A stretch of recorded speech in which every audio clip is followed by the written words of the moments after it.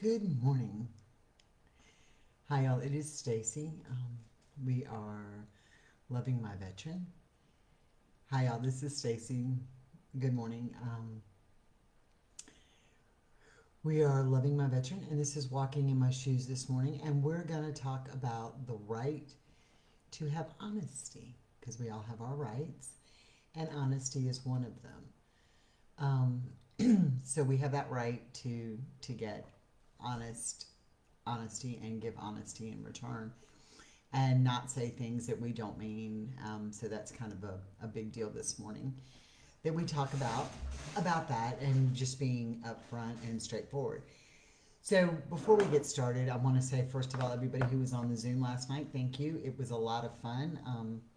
We discussed a lot of very interesting topics, and we had our veterans on like we always do, and they were, of course, fabulous. Morning, Miss Michelle. Morning, Sunny, and happy birthday to Sunny. Today is Sunny's birthday. Happy birthday, love. Just wanted to point that out. So we had a really good time yesterday, last night, and that was really important to us. Coming up next week, we're going to finish up our series on rights. So we have things like I have the right to say I don't know. We don't have to know everything. We have the right to make our own friends and be comfortable with them and not worry about what other people think. We have a right to change and grow. That's kind of important. It's hard for me to get to sometimes. So that's another thing that we're going to do. Have a right to be happy, playful, and frivolous if we so choose. So we have that. And we have a right to have our needs and wants respected by others. And that's going to be an interesting topic, to say the least. So today we're going to talk about the right to expect honesty from others. Just so you know, and I'm sure I've said this, I am a people pleaser. That's what I do. I don't like conflict, and I like to make people happy. Well, sometimes that happens at my own expense and at me not being honest with how I feel and what's really going on in my life. Because, in my mom's words, I learned a lot of wisdom from your mother. Don't ever tell her I said that either. Tell people the truth, not what you think they want to hear. And that is very hard sometimes. Tell people the truth and not what you think they want to hear. So if you're overwhelmed, you have the right to say that to people. When people say, how are you? And I'm not talking like a casual person in the grocery store, but your friend or your spouse or your whatever. Good morning, Chelsea. You have that right to be honest with them. I feel overwhelmed. I'm exhausted.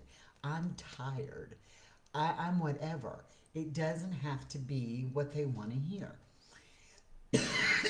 And what we find, excuse me, what we find with our veterans a lot of times, especially when we're in this walking on eggshells mode, we don't tell them how we really feel because we're afraid we're going to create conflict. And we do that as self protection a lot, and we do that so we don't blow up, and we do that so things don't escalate. But what happens when we do that is we grow resentful because it is, and I've heard everybody say this that I've been in contact with in the veteran spouse world. One of the things we don't tell them how we feel, and then we end up overwhelmed and bitchy and all these things that go on, and we end up saying, well, what about me? What about my feelings? What about me? Well, the truth is, have you conveyed those feelings in being honest? Now, again, remember, there's a timing thing in communication, and so you can't sit here and communicate with them when they're in that moment, when they're having their PTSD moment. And I'm not talking about cycling where they just feel bad. I'm talking about when they are in that explosive, triggered moment. You can't talk to them, so you might as well forget that. That's not when it's appropriate. But just like us. And so yes, they have PTSD, and yes, their triggers are different, and yes, they shut down different and they explode different. But when you're in a mood, right, and you're angry, or you're in a fight with somebody, whether it's your boss, or your spouse, or your kids, or my mother and I argue. I mean, it's just normal. People argue. You might as well talk to me until hell freezes over, because I'm not going to listen to you when I'm in that mood. You have to absorb it and kind of process it and then go, God, I was an idiot, or I didn't listen. Um, but you do have that right to be honest with them. You have that right to express your feelings. You have that right for them to know that you're angry.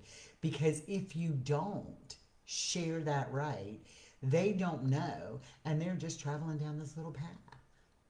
Or you blow up. Remember, when they have PTSD, one or two things is all they can deal with at a time, or they become overwhelmed and shut off. And that is from the programming of the military standpoint. Good morning, Marianne. That is from the programming of the military standpoint. That is one mission, one objective, one job. They don't give you 95 things to do, because you inevitably get them out of order, and that's not how it works. So here's your mission, here's your objective, this is what you do. So anything more than that becomes overwhelming, and so they don't do well with that.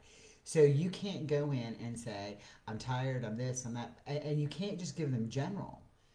I'm tired. I'm tired because I have lupus. Okay, I mean, it's one of those things, and it happens. And or I'm tired because I slept 3 hours. So saying I'm tired doesn't give you the answer. It just says I'm tired. Well, are you tired because you didn't sleep good? Are you tired because you're overwhelmed? Are you tired because, in my case, it is the lupus? Are you tired because, so, if you just ran a marathon, you're obviously going to be tired. So they're saying I'm tired isn't being honest, it's just stating a feeling. I'm tired of. Um, Inevitably, Carl and I have our arguments, a disagreement, something that has to be talked about before I end up doing this live. He's good with, but before I have like an additional Zoom meeting, or an additional something going on, or I have somewhere I have to be. Morning, Kim. I have somewhere I have to be. We inevitably have that discussion. Okay, we have that discussion always before a meeting, and I just look at him and I said, I'm tired of this, and he's like, I'm tired of what? Oh, I'm tired of it. It just seems like every time. Well, if we're already in that discussion, it isn't going to work. If we're already in that argument, it's not going to work. If we're already in that disagreement, it's not going to work.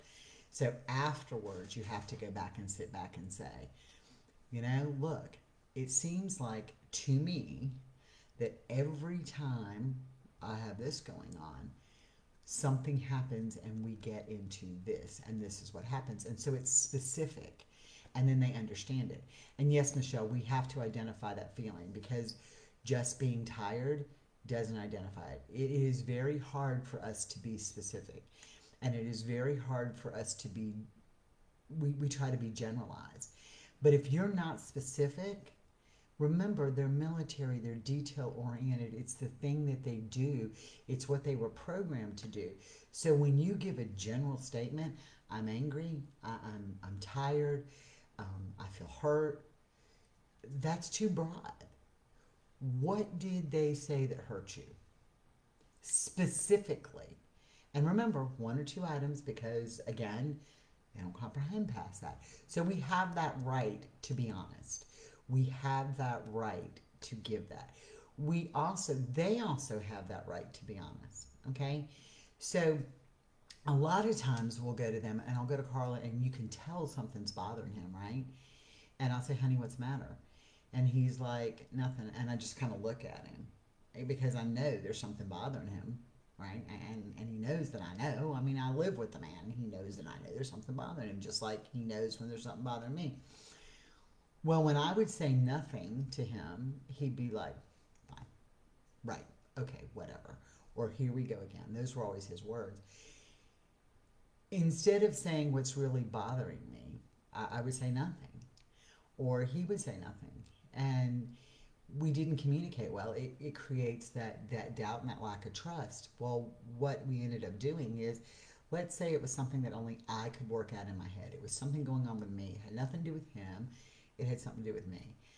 I could say, I'm just struggling with something that only I can deal with, and it really has nothing to do with you. Can we have some space and talk about it later? And he's like, yes. And so that kind of went away. And same thing with him. When I say, what's bothering you? And he goes, nothing. And then I give him that look like, yeah, right, okay. He'll be like, I'm stuck in my head. I have to work through this. Okay, I can't help him. He needs to work through it, but he acknowledged there's something wrong. That's the part about the honesty. We have that right. We have that right to expect it, and we have that right to give it. And what we find is we don't give it because it stops. We don't want to create a problem. That problem's going to be there anyway. Girl, I'm all about being the people pleaser. It's very hard, Sue, when you're a people pleaser and you just want to say things to make people feel good. It is very hard when that's what you want to do. So you can still be a people pleaser, but you have to be honest. Um, I found that when I first started this, I was so into, you know, I didn't want anybody to feel like they couldn't contact me or couldn't reach me or couldn't reach out to me. And you guys can always reach out to me. But then I had to sit back and say, you know what? This is called loving my veteran. I do it because I love him. Well, after a certain time at night, I need to focus on us and our relationship, and I need to give him time. So, what I have found is I now can sit back and say, except for Thursday nights when we do our Let's Talk, because that's something we do together, somewhere between 6 and 7 o'clock at night, I need to be focused on us. And while I love you guys and I would do anything for you guys, there are some things that I just can't do after a certain time, and I have to be honest about that. And so that doesn't mean that I don't care. That doesn't mean that I don't want to be there for you. That doesn't mean, even in this situation, but it means at 6, 7 o'clock at night, I need to be focused on this. And that's honest. Okay, that's honest. And so we have to learn to say that honesty. I do the same thing with my children. My children want to call me, and they're in their 30s. Okay, so understand they're grown. They're not like they're 3 or 4. They're in their 30s. Thank God they're not 3 or 4. But I tell my kids, if it's not an emergency, don't call me after 7 or 8 o'clock at night. Don't, I set that boundary. And you can't set boundaries if you're not honest about why you're setting them. Okay, so, and when you're honest with them, and this has been hard for me, when you're honest with them and say, look, after a certain time of night, I'm tired. I need my space. Don't call me unless it's an emergency. They may call it 10 o'clock at night and they're like, hey, Mom, can we? I'm like, hold on, is this an emergency? No. I told you that I love you and I want to talk to you and I'm always here for you, but can we do this tomorrow? So I have to be honest with them. And that's the only way we can expect honesty in return. We have to learn to be honest so we can expect honesty in return. And it is a tough thing to swallow. And for me, being the people pleaser, I'm like, I got it. And I found that I was overwhelmed. Instead of being honest and say, I'm overwhelmed, I have too much on my plate today, I can't do this today, I don't have that ability today. I don't have that ability ever right now. I mean, there's certain things I just can or cannot do. You have to be honest with that. You have to be honest in where you are. And that's how you're going to expect honesty back. Because when you're always telling people what they want to hear, they know. Yeah, unless you're bleeding or at an accident, call me after 10. And they know that. And so people when you just aren't honest and you say everything's okay, they get this false perception of you, and then we get weak and we get tired and we get overwhelmed, and we've created that for ourselves. That's a hard pill to swallow. It's been a hard pill to swallow, and I'm telling you, this has been the best month ever for me when I had to look into what our rights are. Because not only is that right mine, but that right is theirs. And so I found that if I'm expecting this from somebody else, I have to give it in return. That's been tough. I'm like, wait, what do you mean I have to? Everything that's wrong in our life is not my fault. I'm like perfect. Right, okay, that's not true. Carl's right here. He'll tell you I'm not perfect ever. Work with me. But you can't dish out, expect something that you're not willing to dish out. And so you can't walk on these eggshells because you're afraid to say how you really feel. You can't do that, because when you do that, you're creating distrust and not being honest. And trust is a big thing for everybody, not just our veterans. It's a big thing for everybody. So when we plant that seed of doubt, and he'll tell you, I planted that seed of doubt, and then I walked around with like the garden hose watering the damn thing. I'm like, he told me what it was. And so I just kept coming around with like the garden hose going, oh, you need some more water? Can I give you a little more sun? Do you need some plant food up on it just to grow that? When the reality was, if I just would have been honest, and it was something trivial, if I just would have been honest at the very beginning, it never would have exploded to that situation. And and it came from not telling him everything. Like, oh, I went to the doctor today. Well, what did you say? Oh, this, and gave him the brief rundown, but I didn't give him all the details. And then later on, when we were talking about something, the detail came out, and he's like, why didn't I know that? Well, I told you I went to the doctor, but you didn't tell me that. So that honesty part is really important, and we don't do it. Not everybody does it. What is it? His favorite words are, I don't want the cliff notes. Don't give me the cliff note. Now, if it's the cliff notes about some long drawn out thing that he doesn't care about, that's one thing. But if it's important, he doesn't want the cliff But notes. when it comes to your health, He wants the details. So that is something that you have to learn to share. And it's very hard. And it's hard to get it back in return. And again, you get what you give. That's where the saying comes from. If you want something done, give it to a busy person. Because if I can get it done, no matter what, and I, even at my own expense, and it's been this way my whole life, if I can get it done, even at my own expense, and being exhausted and being ill and being overwhelmed, then they're going to give it to me because I continue to take it. So the same thing happens with everything we're talking about here. In being honest, in being ourselves. I mean, we can't, if we're not giving it, we're not going to get it back. Okay, if we're not setting boundaries, we're not going to get those boundaries back.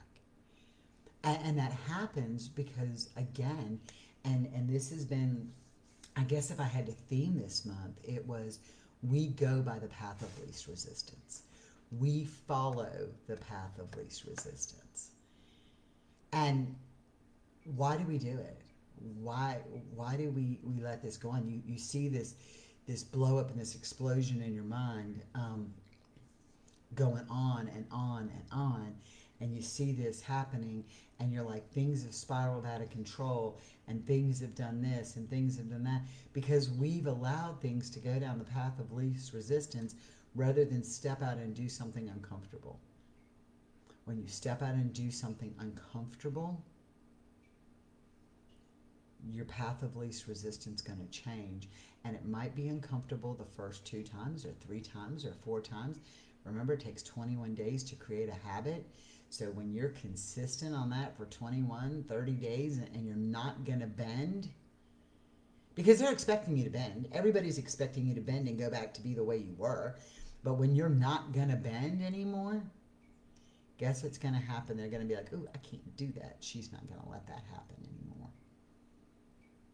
So that's what I'm saying about honesty. Put your feelings out there. And we were talking to somebody yesterday, and we were in the chat room yesterday, and Carl came in and actually made a very honest statement. And it was, if I'm going to be mad, I'm going to be mad. If it's going to trigger me, it's going to trigger me. Okay? And nothing you say or do is going to change that.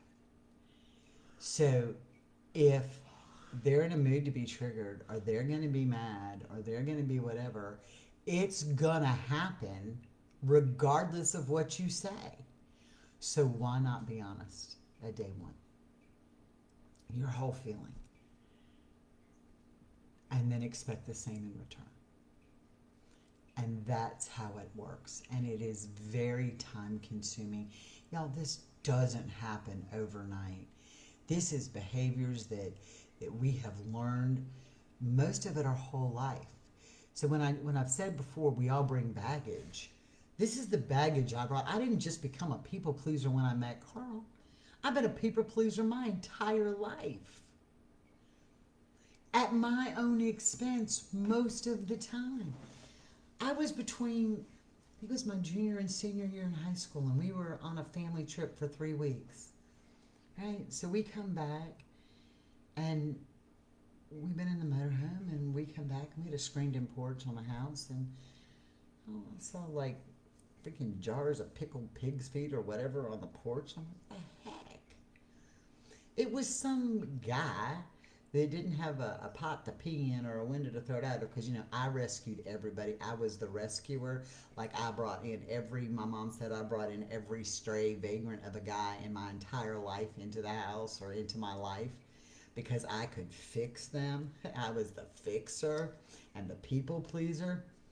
Hey, so here he comes up and he got the stuff, and he's been like sleeping on the porch. Because I was like, we'll take care of you. You can do whatever. Just do this. Instead of being honest with him and saying, look, you 17 years old. You did some things that are wrong. You're accountable. Suck it up and go your ass home or go to jail. Right? That's what I should have said, but I didn't. We'll get you through this. I did it with my first husband. Look, y'all, I'm not an idiot. I knew the man was addicted to stuff. I loved him, but I found out he was addicted to stuff, and I'm like getting married to him, and I'm like, cool, we're going to fix the addiction. I'm not going to fix the addiction. His whole family was addicts. I couldn't fix that addiction. It's gone on his whole life. But I brought that fixer mentality with me from the time I was young to every single relationship I've been in.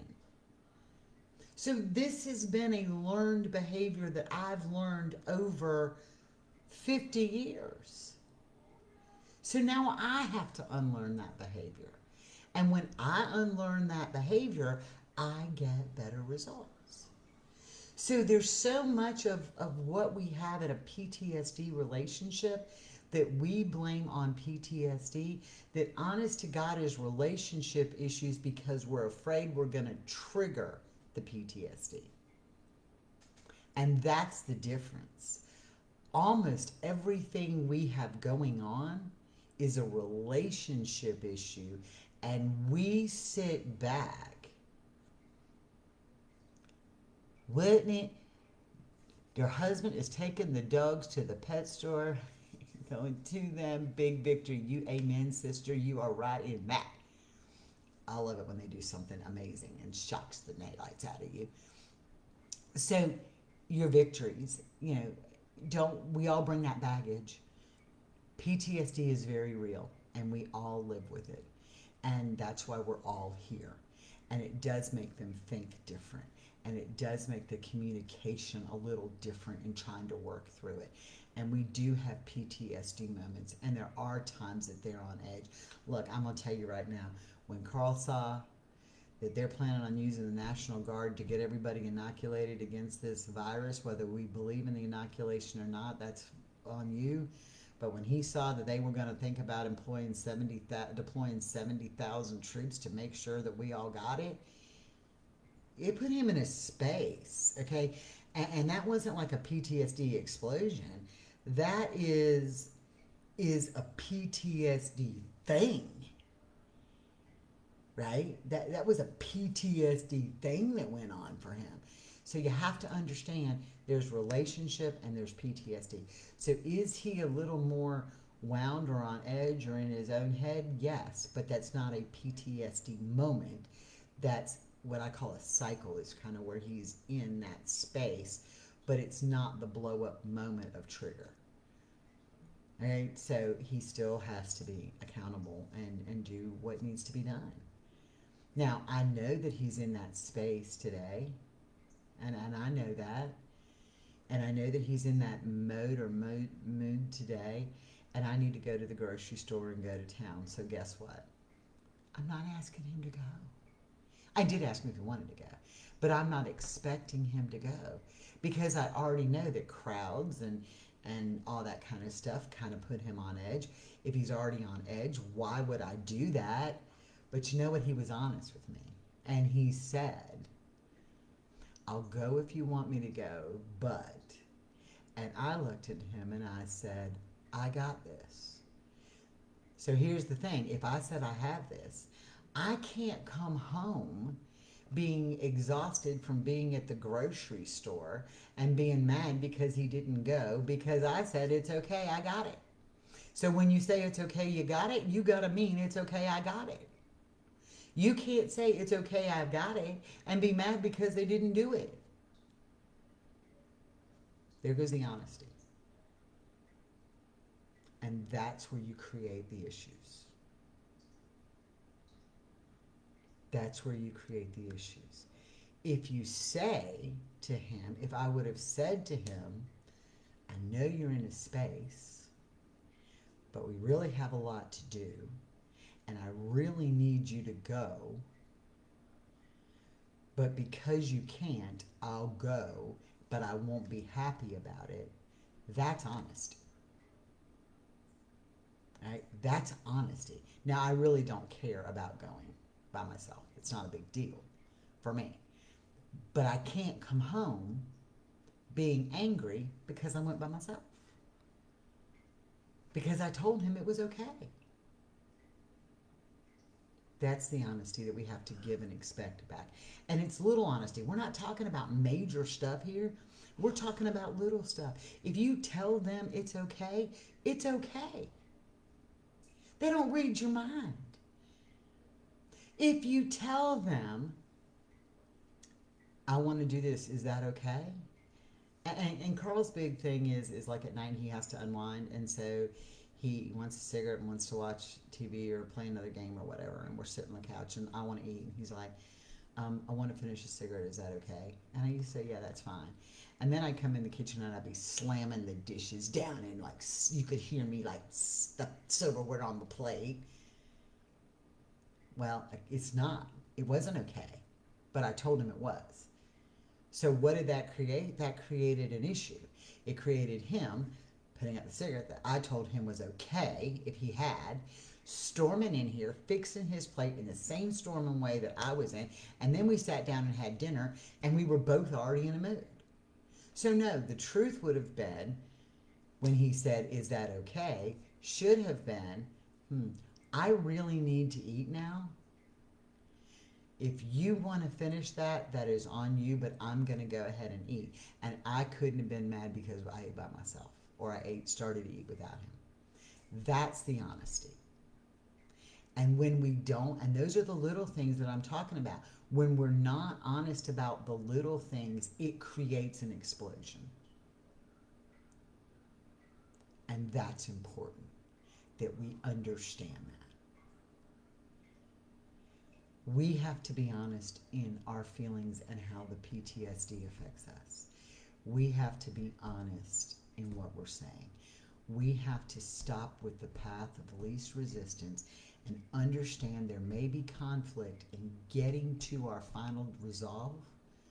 But when you get consistent with that and you start being honest about that and you start talking about that and things start to fall into place, you're going to find that those victories get bigger and bigger and your journey gets easier and easier. And I know it's hard because I am not perfect. See, that was honest. I would have told you like 3 months ago I was perfect, and I'm not. I'm not perfect. I mess up in our relationship every single day. But you know what? That's honest. Because I guarantee you, every single person who's in a relationship in this world makes a mistake in their relationship every single day. You have to have the grace to forgive yourself. And be honest with yourself and say, you know what? When you look back on a situation, you have to be honest and say, did I screw this up? Did he screw this up? Or did we screw it up together? Did I cause this fight or fuel the fire or make it go on longer or create a bigger issue? Did he do it? Or did we both do it because we both had to get our 2 cents worth in? And Carl's words are, we always butt heads. When we get into it, we always butt heads. And the sad part is, when you sit back and look, we were both saying the same thing, just in different ways. And I took the way he said it to mean one thing, and he took the way I said it to be something else. But after we stopped the headbutting and we sat down and we calmed down, we realized we were saying we wanted and we're saying the exact same thing to begin with. And that's where the honesty comes in. So I hope this helped. I hope that it made sense to people in their honesty. It's not meant by any way, this growing and learning ourselves is not meant to be derogatory, and it's not meant to tear anybody down. It's to build people up. And sometimes we have to take a long, hard look at ourselves to realize that we are part of the problem too. And the goal over this is to learn that we can love our veteran, and that PTSD doesn't control our life unless we allow it to. And PTSD doesn't control their life unless we allow it to, and they allow it to. Girl, let me tell you, Shannon said, I keep telling my husband we need a translator. He speaks Latin and I speak Spanish, similar, but you can get nuisance without a translation. Let me tell you something. Carl speaks 3 languages fluently, and depending on how our argument goes, and I only understand English and maybe a little countrified English, okay? And we will get in a discussion, and as it gets more and more uptight, he will start in English, flip to Spanish, and finish in German. It totally blows my mind, and he just laughs at me because he knows I don't understand it. And that, when I asked him about it one day, he said, because that's how I feel. I feel that what you're trying to say to me, I don't get, and what I'm trying to say to you, you don't get, so I just speak in 3 languages and pray you get something along the way. And that's the truth. That is really the truth. So we have to get on the same page. So that's kind of where we are today. I have a few errands I have to run and do me this morning. I am putting it out here. Do not take on more on your plate than what you have, because we will find somebody, but we really are looking for somebody who can help us develop a resource list. I can kind of point you in the right direction. I do not have time. I do not have time to start Googling resources. I know, right? I don't have time to start looking at resources. So if somebody has time, or a couple people want to take that on, we really are looking for somebody, because I think we need to create a stronger resource list. And also, just a heads up, the meeting that we had with the Vets Healthy Connect with Texas has been amazing. and we are pointed in the right direction, and I will meet with the head of that again on Monday to come up with a plan so we can get the VA to understand that not all of us are in the same place as far as VA care.